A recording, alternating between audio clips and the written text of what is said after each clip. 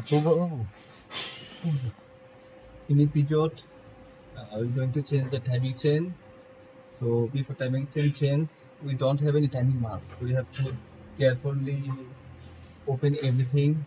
Now my system was I only piston the middle and cam lock and below have crank lock and this side have to clear very nicely. There are the bracket screw have to open everything fully crankshaft from all everything open. Then now everything done. So I'm going to open the chain. So you show this. जाओ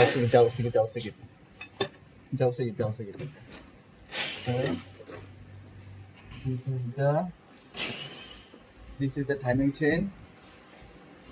This one, this one the pulley pocket. So we carefully have to do this thing. Okay, thank you.